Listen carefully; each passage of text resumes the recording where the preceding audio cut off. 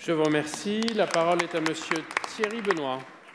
Merci, Monsieur le Président. Moi, je voulais intervenir à ce stade du texte, Madame la Ministre, parce que alors je sais gré au gouvernement d'avoir inscrit cette proposition à l'ordre du jour, parce que l'Europe est un sujet qui est pour moi majeur.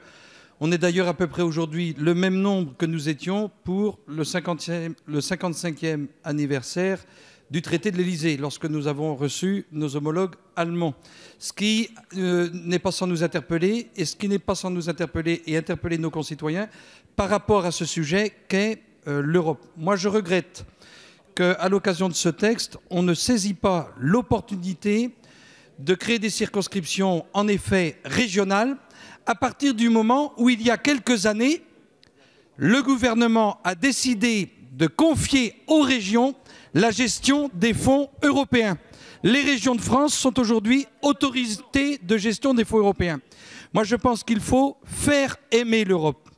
Et aujourd'hui, il y a une vraie difficulté quant à la question de la représentativité. Et quoi de mieux que de faire aimer l'Europe par les projets qui émergent des territoires et qui bénéficient de financement et d'abondement de l'Europe via les régions.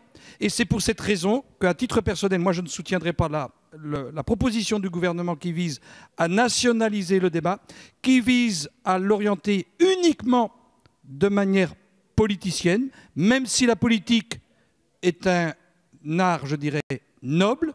Et comme l'a dit Sophie Oconi, et je partage, les formations politiques doivent faire comprendre et doivent faire aimer l'Europe. Mais il y a aussi dans notre pays une crise démocratique, une crise de confiance entre les citoyens et leurs élus. Les citoyens ont besoin de savoir qui sont leurs élus, ce qu'ils font et qu'ils rendent compte au plus près du terrain. Je vous remercie.